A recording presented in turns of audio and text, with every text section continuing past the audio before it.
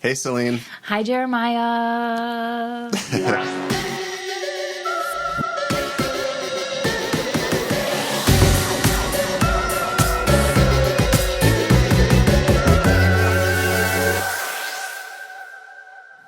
Welcome to Another episode of As Woo.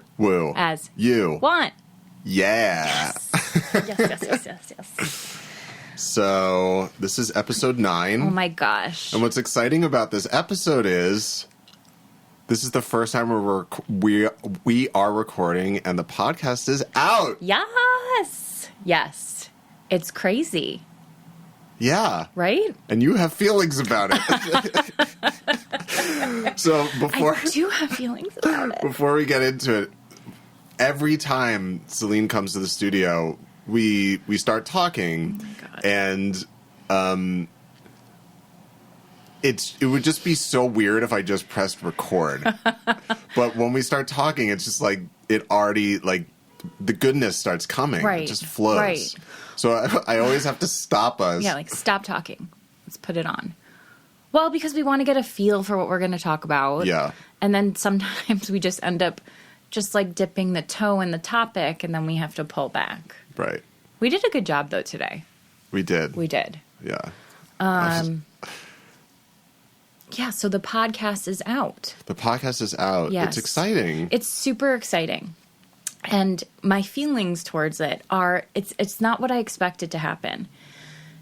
Because I love it. I'm so proud of it. It's like a little baby, like elephant that I'm just like grow into a wise person, you know? But there's part of me that with my work and the persona I have at work and that kind of guarded, you know, I'm here to help you and listen and then offer tools. That's comfortable for me. And then having the podcast come out and talk about my life and different experiences and like woo-woo ideas, like it's been really vulnerable for me. Yeah. In a way that I didn't expect. And I'm like happy and I'm like, you know, like a coworker, you know, just like random people will reach out and be like, heard the podcast, love it. And I'm like, oh my God, you did.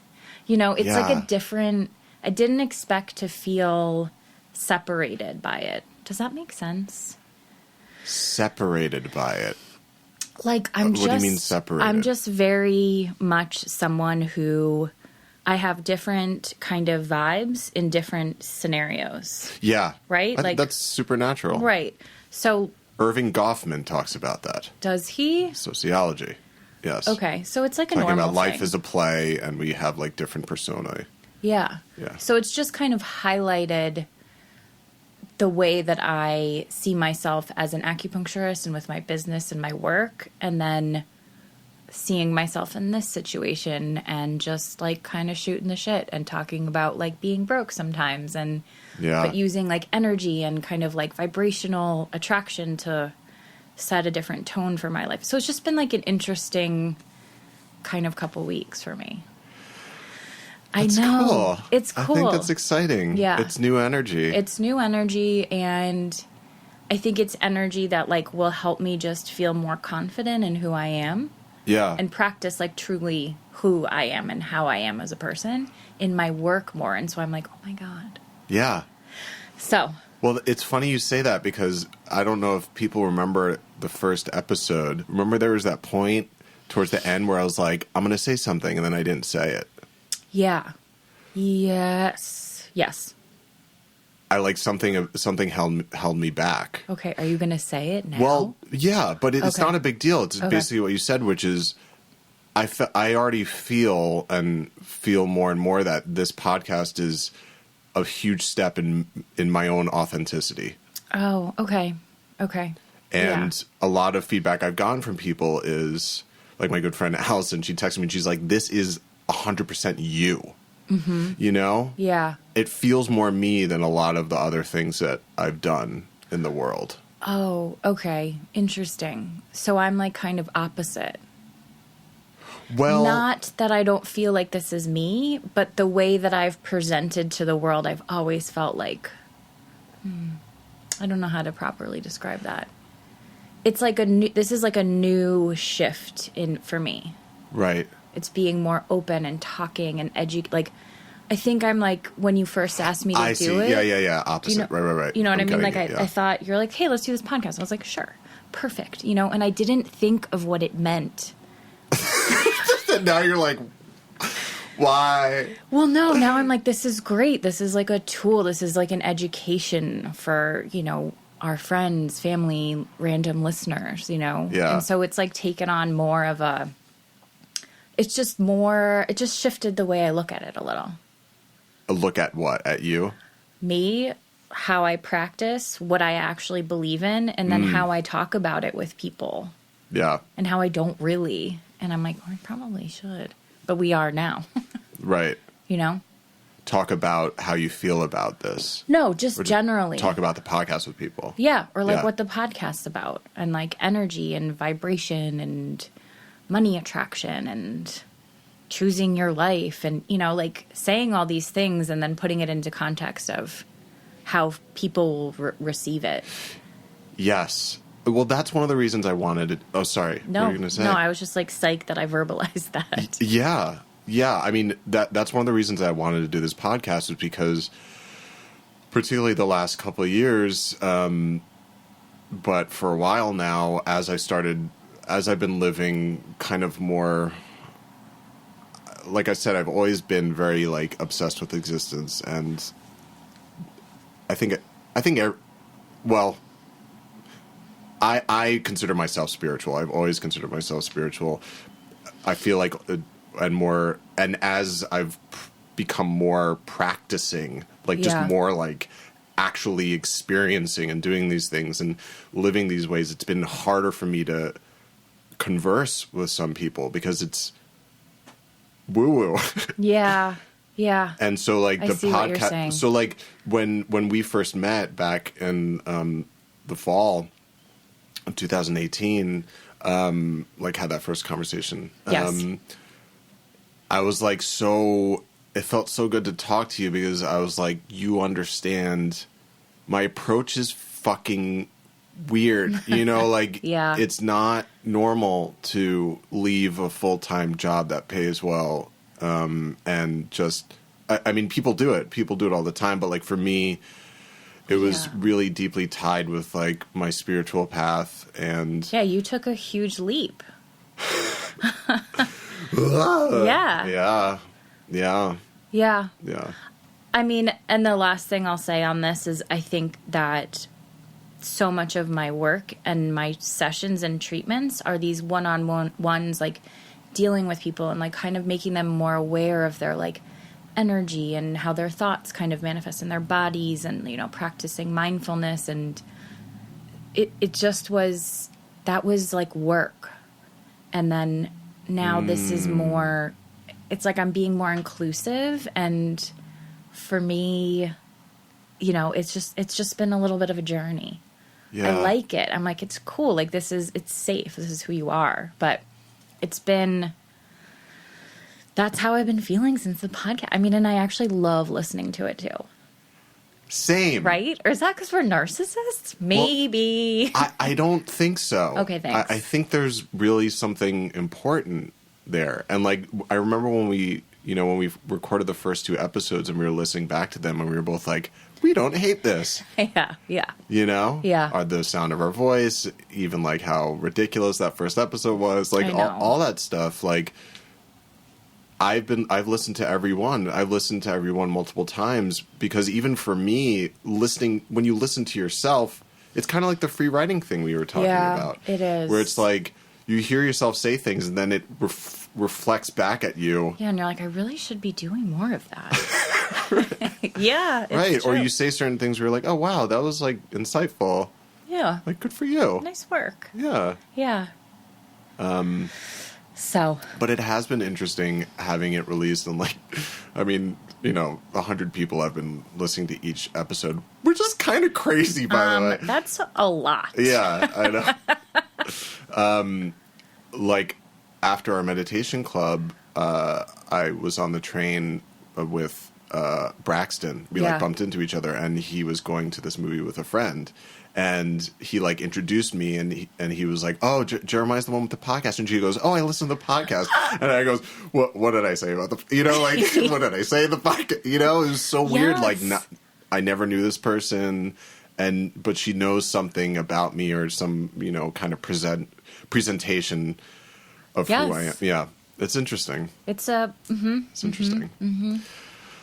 Yeah. So.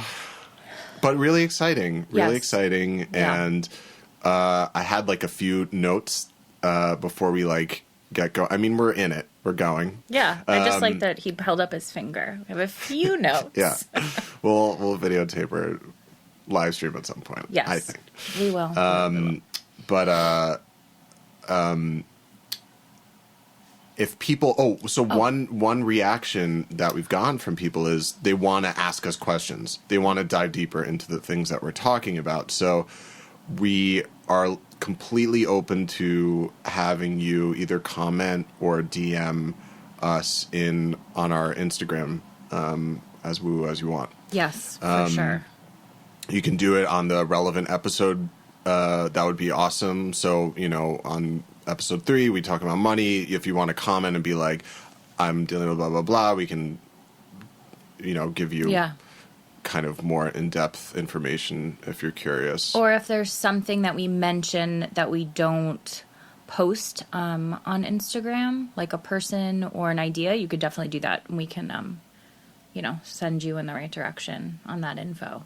Because we do mention a lot of different things, and maybe we forget some. I mean, I do the Instagram, so maybe I just forget some highlights. Yeah, I mean, the descriptions have most of the references. Yeah. There's some that are funny, like, I put, like, Vibrel in the Garden State Plaza for episode 3.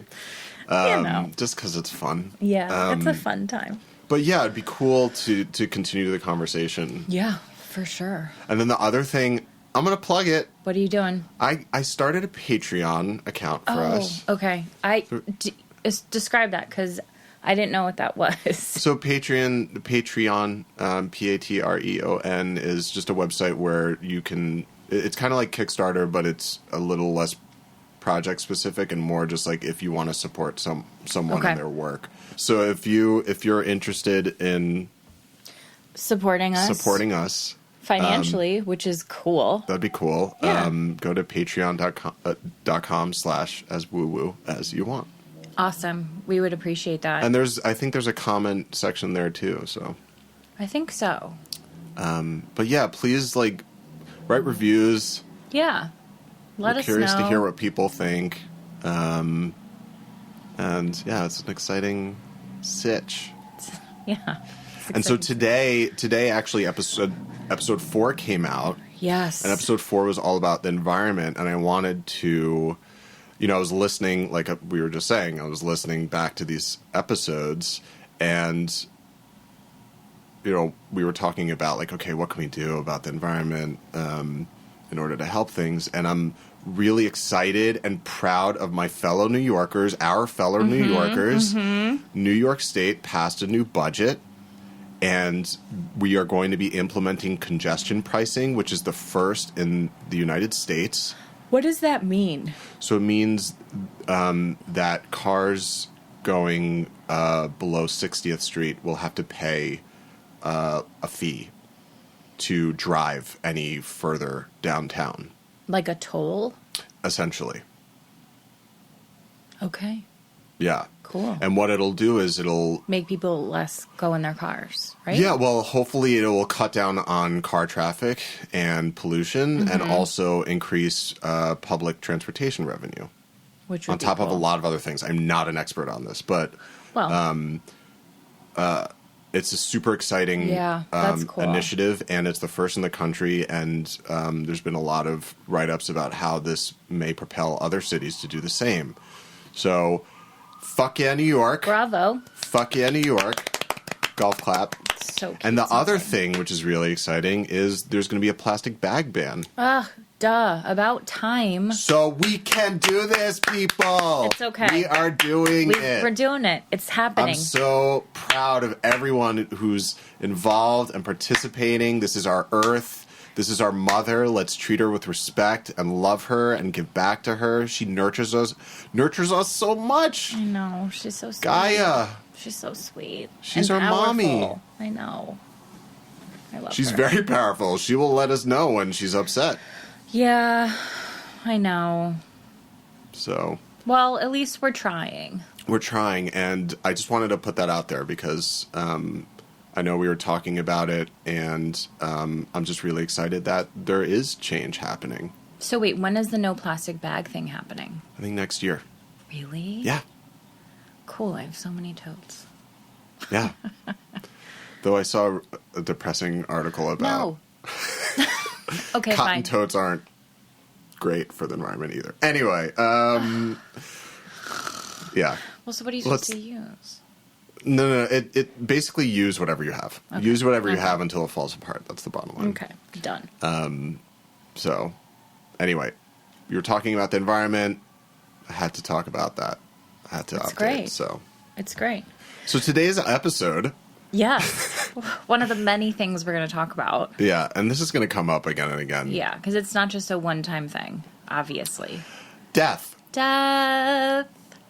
Heavy. Yeah. Yeah. So, how should we approach this conversation? Well, it came up because our good friend Jillian lent me a book called Journey of Souls. Okay, right. By Michael Newton. Right, which I have not read. Yeah. And it's a fascinating read. I would highly recommend people read it. Okay, Journey of Souls. Journey of Souls. Okay. Yeah. Is it comparable to Many Lives, Many Masters? Yep. Who I forget wrote that. Brian Weiss. Yeah. Okay, interesting. So again, it's one of those things where I started reading this book and I was like, all these things, they just complement each other. Like if you read Many Lives, Many Masters and then you read Journey of Souls, you're like, this is the same thing. So it's like, it starts to get, they just reinforce each other. Yeah. You know, Right. in really interesting ways. So what's like the basic watered down version of the book?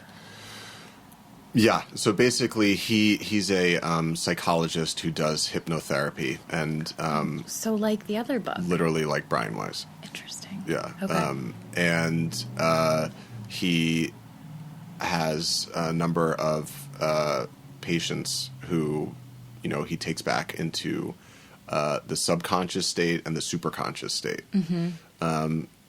And has them less talk about their past lives, which the Many Lives, Many Masters is a lot about past life. Yep. With like some brief interludes of him connecting with masters who are essentially like more higher ascended souls, who kind of pop in through the individual, the patient, and kind of deliver, you know, these like overarching like philosophical ideas and ways of living. But this book Michael Newton wrote, he's much more interested in what happens to you when you die. What's the progression? Where do you go? Who do you talk to? Who do you see? Well, you know, all those things.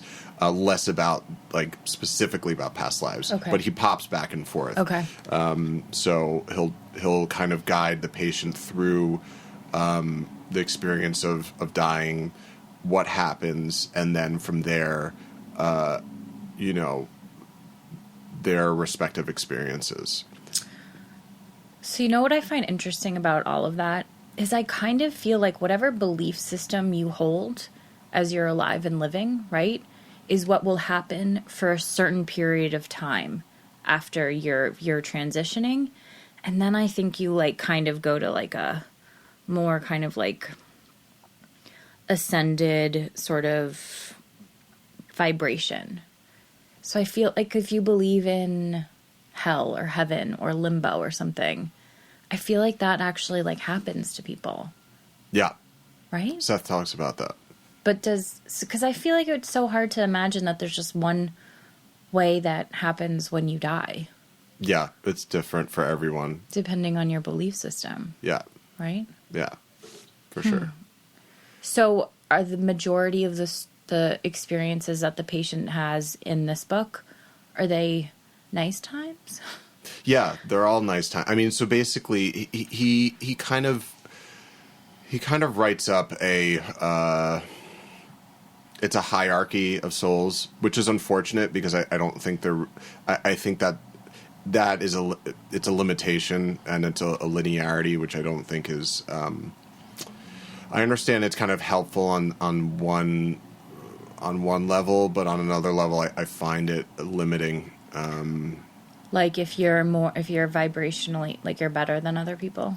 Kind of. He has like a 6-level system where he says like beginner souls to more advanced souls. And I think there's some truth to it. Truth. But I still think back to when Seth talks about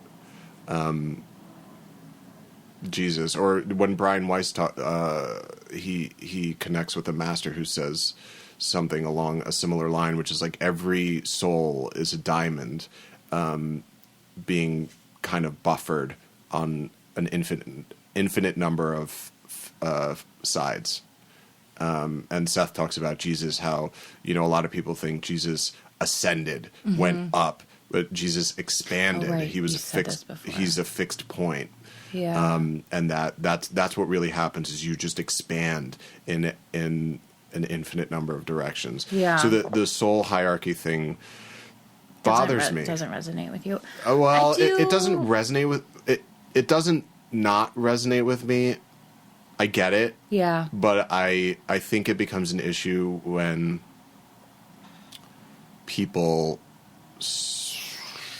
it starts to separate. Mm-hmm. I do think, though, like if you think of a piano keyboard, visualize this. And then you have the lower notes and then the higher notes. But it's all one piano, right? And together you can play great sounds and it's like beautiful. And they're all the same. I do think that, I don't know why, but I do. But in some dimension and reality that we're living in, like a third dimension as human beings, right? I do think there is a little bit of a delineation between souls on one level, right? Like kind of a basic, very just like living a certain way to kind of achieve a certain, outcome or lesson. Yeah. And I think when you go beyond that, then yes, we're all like hanging out, holding hands, being love and light and energy. But so I do kind of think there is like a separation that happens when you die, depending on what happens and how you die. Yeah. Yeah. Like who was saying this? I forget who. But like like if you have a very traumatic death, then that you perhaps like after, you initially transition, you kind of are in kind of like a caring environment. People like other beings are helping you and like restoring you. And then when you're feeling or that energy is kind of healed, then you can propel and go to different places. Like stuff like that. Like I do think there's a structure. You know where I'm getting it from? I'm getting it from the Seth book called The Oversoul 7. Yeah. There's a whole... Because each of those souls in the book dies, and each of them has a different death experience. Yeah. So it's interesting. And, kind of all bets are off in this case. Yeah. Right? Yeah. I mean, Seth talks about, I think it's in the eternal validity of the soul. He talks about how, depending on who dies, their belief system affects their experience, and that souls will actually play characters. Huh. I don't know if you remember that, but he talks about, I think, this person dies who was like a devout Muslim, and so like they have a character play like Muhammad, and like it's a whole thing where like it helps the that's what I'm saying, this soul, the one who's passed, like be comforted and then realize like oh I'm dead. Yeah.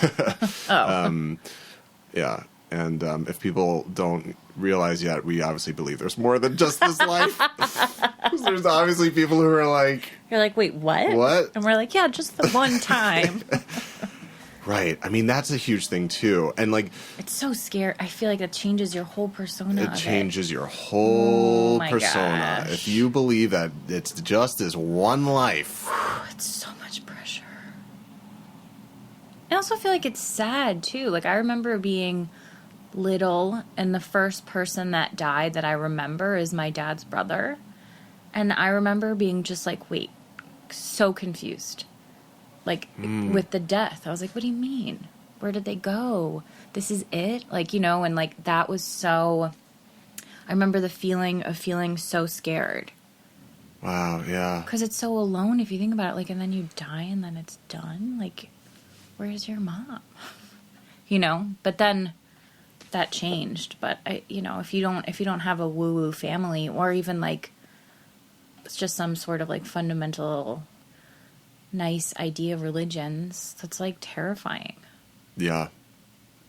I mean, death is a huge, huge part of being woo-woo. Oh, yeah. Mm-hmm. What the fuck happens? Right? Yeah, I don't know, really. And so, like, you know, you read, again, like, I've read a lot of near-death experience accounts and books talking about it. And, yeah, there's definitely an individualized kind of thing that occurs. But there's also, weirdly, a lot of similar things that happen. Yeah. Or, you know, like the white light and, like, all that stuff. So it makes you wonder, or you see your body. You know, that's another one where... Your dead body? You see your physical body. And then you get out of there. Yeah, you get out of there. I read, I think it's in some Seth book further down the line, that before, like, if I was going to die in a car accident, this sounds so weird, but say that was part of the way I was going to die, before my body would actually experience that trauma, like my soul would experience that trauma, like he has this whole thing where you actually get out of your body before the trauma. Like eject. Yeah, so that it actually doesn't damage like the core kind of like lightness in you. Oh man, isn't that's nutso? So crazy. So you stay kind of like, it's like stuck in like that egoic third dimension, like meh world, and then like the bigger part of you is like, well, we're not going to do that. Well, what's so interesting about that is in Michael Newton's book, he talks about how a lot of souls experience, like, when they essentially like leave their bodies, they have like a... It was interesting reading this book because there were moments where I was like feeling... It felt like almost like reminiscent, you know? Ooh, it was like familiar? Yeah, it was like weirdly familiar where I was like, it was a lot. But I totally recommend it if people are, you know, curious about it. But Many Lives, Many Masters is really wonderful too. It is. And that was like a New York Times bestseller. That was huge when that Yeah. came out. But he talks about how when you pass, your soul experiences almost like a shower. Okay. Of light. Like, so the soul, see, one of my issues with the book was like, he kind of makes it seem like humans are like these species and like souls pop in and like, but humans would still exist without souls. Oh.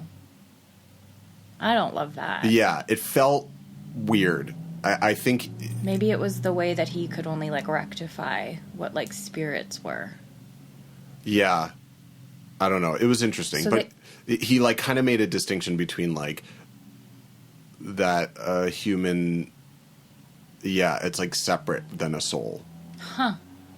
Which well, wait, is he like a psychologist? Yeah, I think it's just like on one level. When you read Seth, it's like way more like integrated Seth. And it's very comforting and complex. Yeah, it allows you to look at it more holistically. You know, yeah, you're not so separate. It feels Cartesian. It's like still Cartesian in a weird way. It sounds very like philosophy. Yeah, you know. And kind of like Western. Yeah. Yeah. Not integrated. Yeah, but he says how like the soul will carry on traumas, and you experience this shower of light, which like kind of cleanses you, but those traumas kind of stay with you. And where after? Yeah. Okay. Yeah. I can get karma. I can see that. I just think more in like this, not like a hierarchy of like dimensions of betterness, but just like planes, like a third dimensional reality, like human beings living in the world, right? Like we have negative stuff, we have positive stuff, and it's all part of this like dimension, the third dimension. And then when you get up to like the fourth dimension, there's a little bit more light. The fifth dimension, a little bit light. Keep going until you're kind of like an ascended master vibration.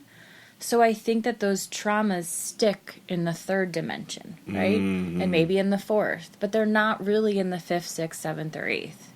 So, not differentiating like space and time, but just like a big sphere or something, or like an onion.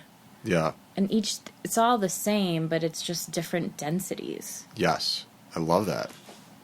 I wish people could have seen your hand motions for all that. That was amazing. No, that was really beautifully so it can put. make Yeah. sense in all the levels, Mm-hmm. Not that we're death experts, but Yeah.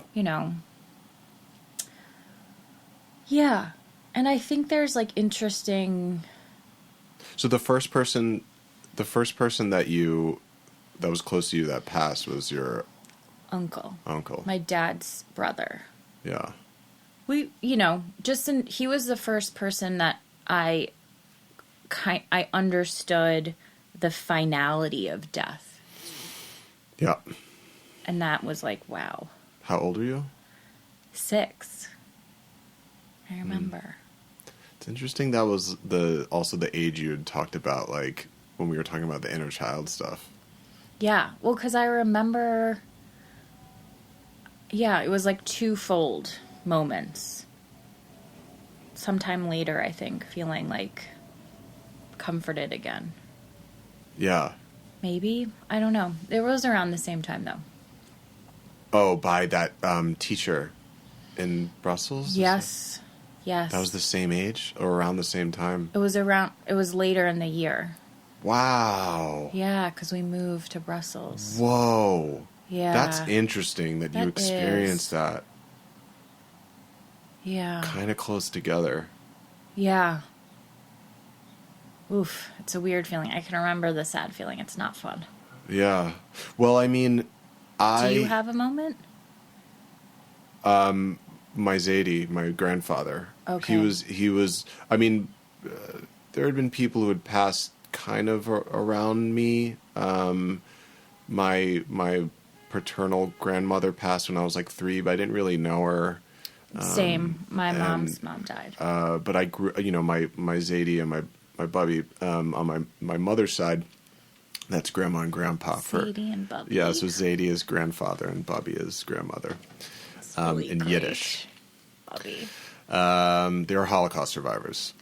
Yeah, Really? So it's a whole thing. Wow. Yeah, but yeah, well, my Zadie and my Bubby, they raised me along. Obviously, my parents raised me, but they were the ones who like always came over when I was like sick, and would take care of me, and we just had a very close relationship. That was the first time I was like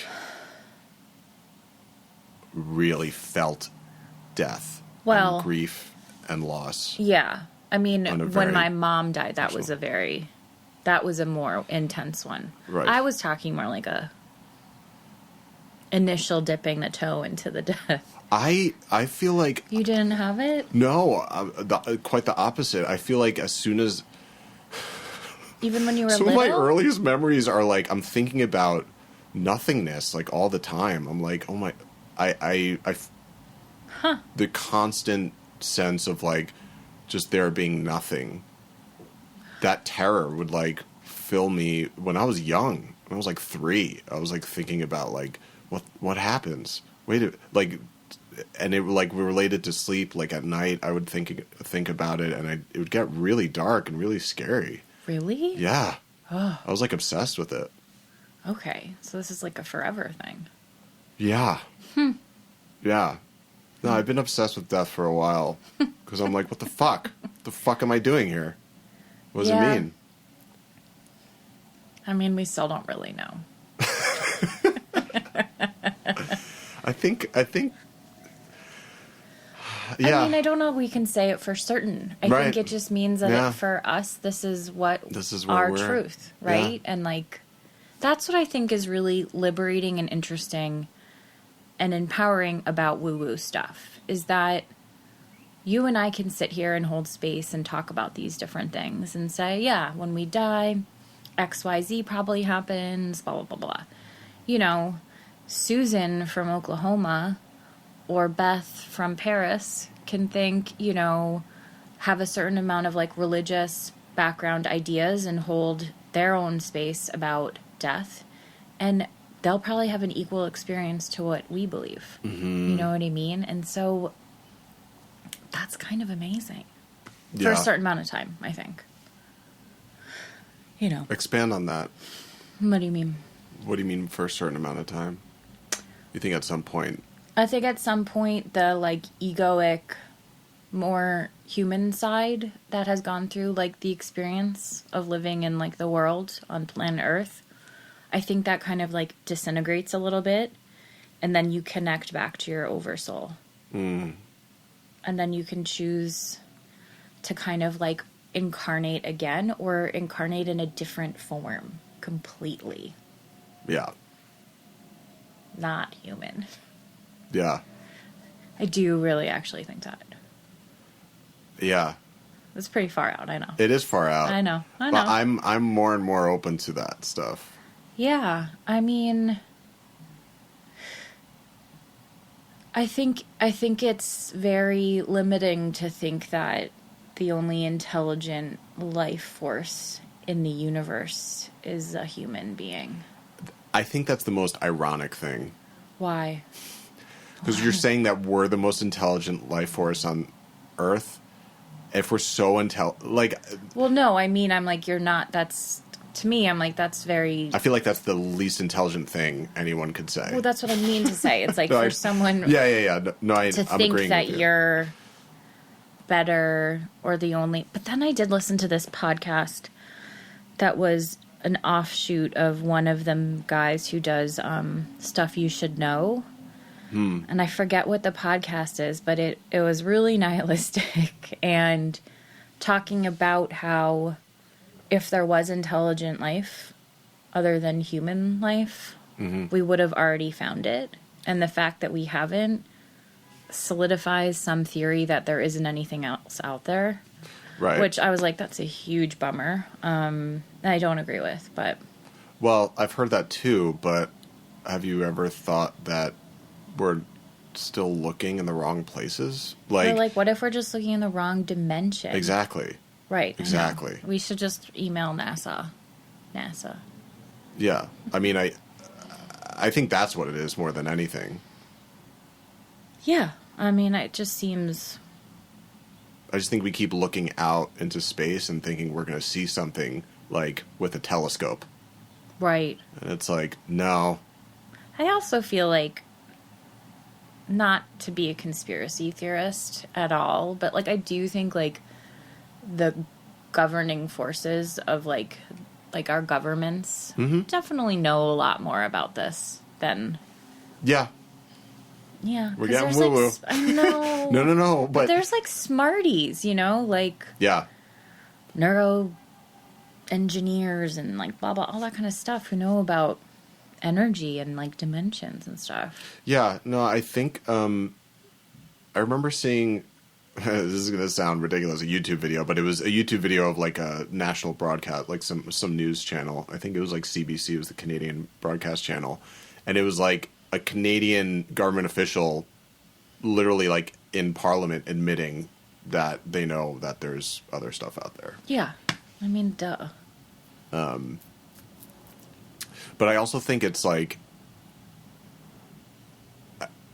To your point about death and to your point about multi-dimensions, I think it's all related. Mm-hmm. You know, I really do think it is a dimensional thing. It is the fact that we keep only looking in 3 dimensions, and we're only a limited number of people who are, spiritually inclined or, esoterically inclined or, in that vein, looking inwardly, or energetically in some way. Yeah. And that's where I feel like, there's a limit in terms of, not even a limit, but just like science hasn't caught up. Like if you think about like the theory of relativity, that shit don't make no sense. If you're just like fucking like looking at shit, it's the same with Newton, right? Yeah. So like the theory of relativity supplanted Newton's gravitational theory. Newton was looking at it from one perspective, and then Einstein took it to the fourth dimension, and it was like, you're not thinking about time. So it's like Newton was basically three-dimensional. He was like, this goes down, right? Apple tree, whatever.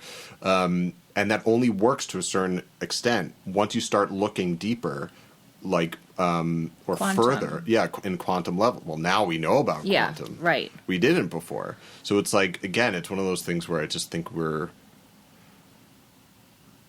just not there. I think science isn't there. Well, the science that's popularized isn't there. Yeah.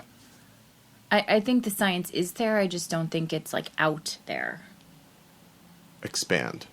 I don't think that the general public has tapped into it. It's not something we're taught, right? Like, it's something you have to kind of like sift through and find. Right.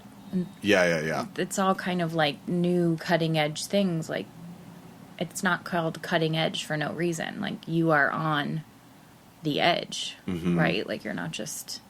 So I think it's there. It's just not, not everyone has seen it. Yeah. Because maybe not everybody wants to. Yep.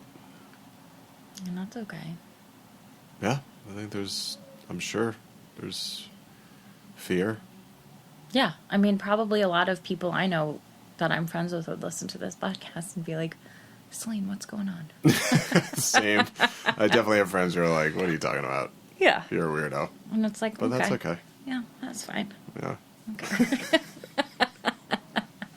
You only got this one life. Oh, gosh. Yeah. I hate that idea.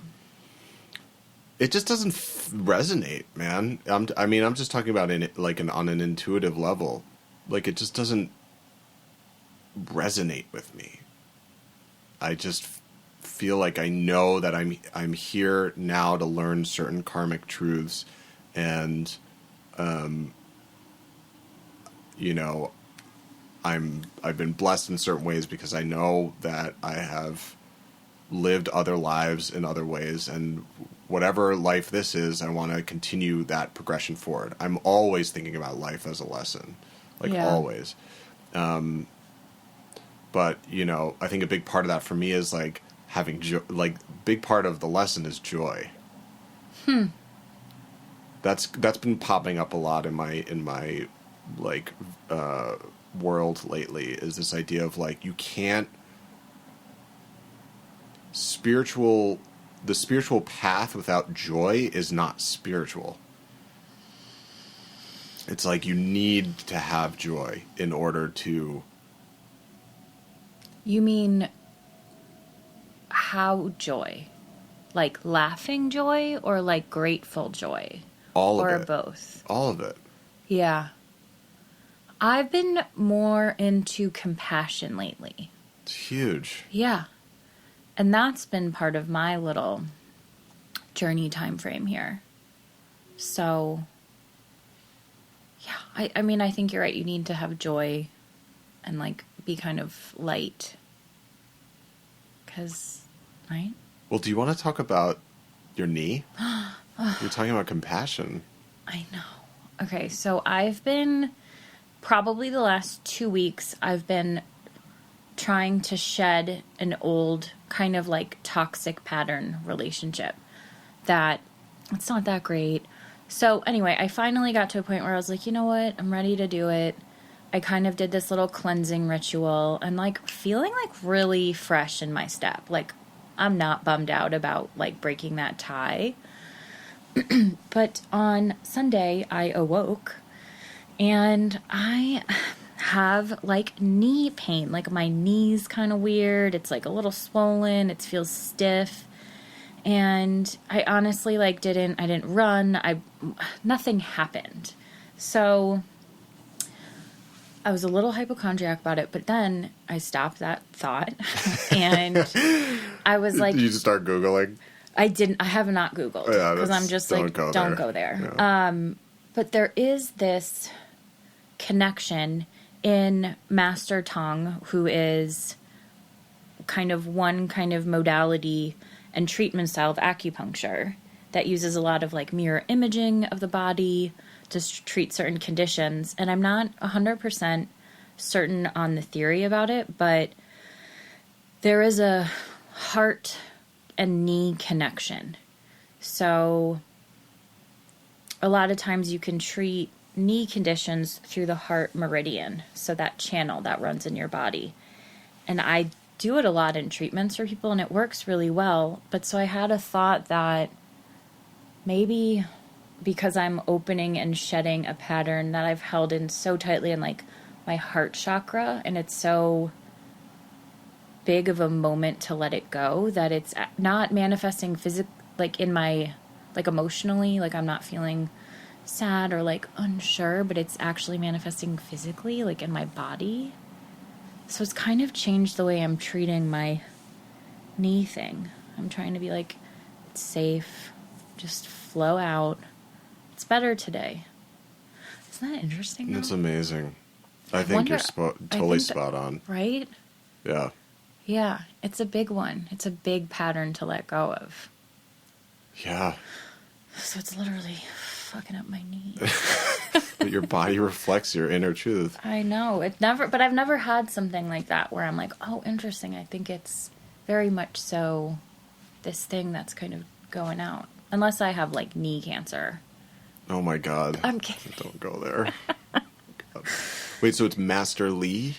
Master Tong. I'm sorry, Master Tong. Yeah. And it's Tung. And he was, there's all these different kind of practitioners of Chinese medicine. Is he contemporary or this is a while ago? He's contemporary. Okay. I'm not sure if he's still alive. But recent. But it's like a dynasty. But I mean, not like hundreds of years ago, but like his family has kept it going and it goes down through generations. And now you can take classes and... Oh, wow. It's really, really great treatments. That's awesome. Yeah. Yeah. I feel like death is a multi-episode. I know. But we just wanted to dip the toe. Yeah, we're dipping the toe because there's a lot more we can talk about with death. Yeah. Yes, for sure. A daily practice. Well, did you do anything this morning? I didn't. I wrote. I every morning I write. Okay. Right now I'm reading it's a book that I found that, it's one of those books that I feel like pops up for you. It's like one of those 365-day like devotional reading books. Mm-hmm. It's a little Christy for me, but it's good. I like it. It's really interesting. It quotes the New Testament, but also the Old Testament, and so I read that every morning. It's very Christy. Yeah, it's a little. The perspective on it sometimes feels a little too like your pain, like you're going through this pain in order to like whatever ascend or to you're mirroring. I don't know. It's a little too like pain oriented, like struggle oriented. Like it's all about the struggle, like the struggle. But you do go through struggle. Like struggles are important, but there is a little bit of a heaviness to it that sometimes makes me feel like. So I have to read it with a little bit of a grain of salt, personally, for me, because I don't think I'd want to read that. Yeah, it's a little too. It's kind of a heavy thing to read in the morning. Actually, now that I'm thinking, but I'm kind of reading it on a spiritual level, but also like an intellectual level. And sounds I'm also super fun. I know. I'm telling you, I was definitely a nun. You so were. I'm so like... You're so... Every morning I must read this book. There are 365 pages. I am up to April. I must read all of them. Oh my and I'm like so dedicated to reading it. I'm like... And you like hate it too. You're like, it just doesn't totally resonate with me. Maybe that's my lesson. Maybe I have to let it go. Maybe you just need to be less structured. Yeah. I don't know. I actually do love structure too, though, so... Yeah, coming from the cap here. Triple. I didn't do anything today, though. Yeah, and then I meditated. So, okay, so I have one. Okay, I knew you would. Relating to death. All right.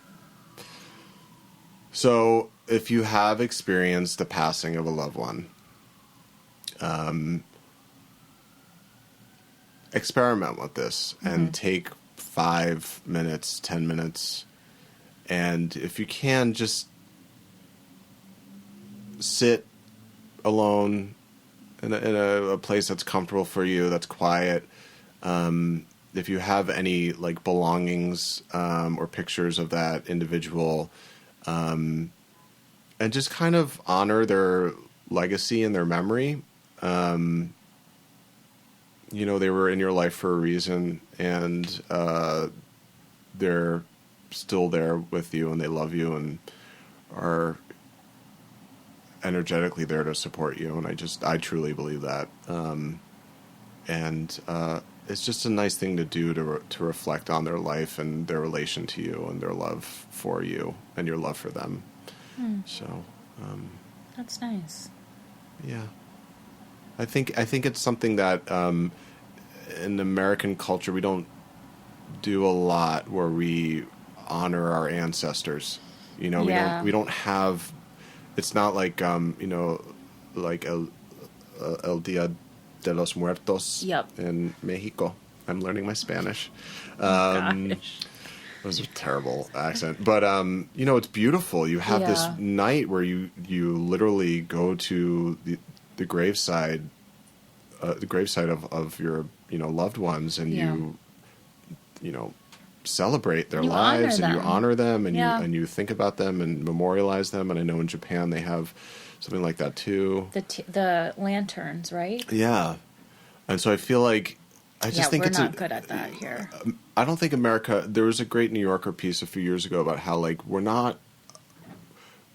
look at death as this like fearful thing. Mm-hmm. You know, it's like this thing that we have to avoid, this thing we have to be afraid of, this thing that we can't talk about. Right. And I think if we start approaching it from a more loving place, a place where we embrace it as hard as it is to embrace it as a fact of life. Yeah. Or I think if you talk about it more in your living, waking life, then when it happens to you or someone you love or a friend or whomever, like, you're more prepared for that. Yeah. In a way. Because I don't think we have the language to talk about it in a way. Mm-hmm. You know? So, I like the idea of honoring those who have passed or your ancestors. And sometimes when I do, like, my meditations and my, like, gratefulness practices, I do always bring them in. That's really nice. Yeah. Well, because the lineage of stuff. Mm-hmm. Right? For they sure. knew it was up. Yeah. Hopefully. Yeah. Yeah. So, yeah. But, we'll definitely talk more about death. Yeah. We'll revisit. We'll circle think back. of that as like an appetizer. A nice little appetizer. Death appetizer. And that's it. That's it. We did it. We love you. Love you. And we'll speak to you on the next podcast. Please message us on Instagram. Mm-hmm, Let us know what you think. If you have questions, DM us. Post on the relevant episode post. All the things. And we'll respond. Okay, bye. Okay, bye. Love you.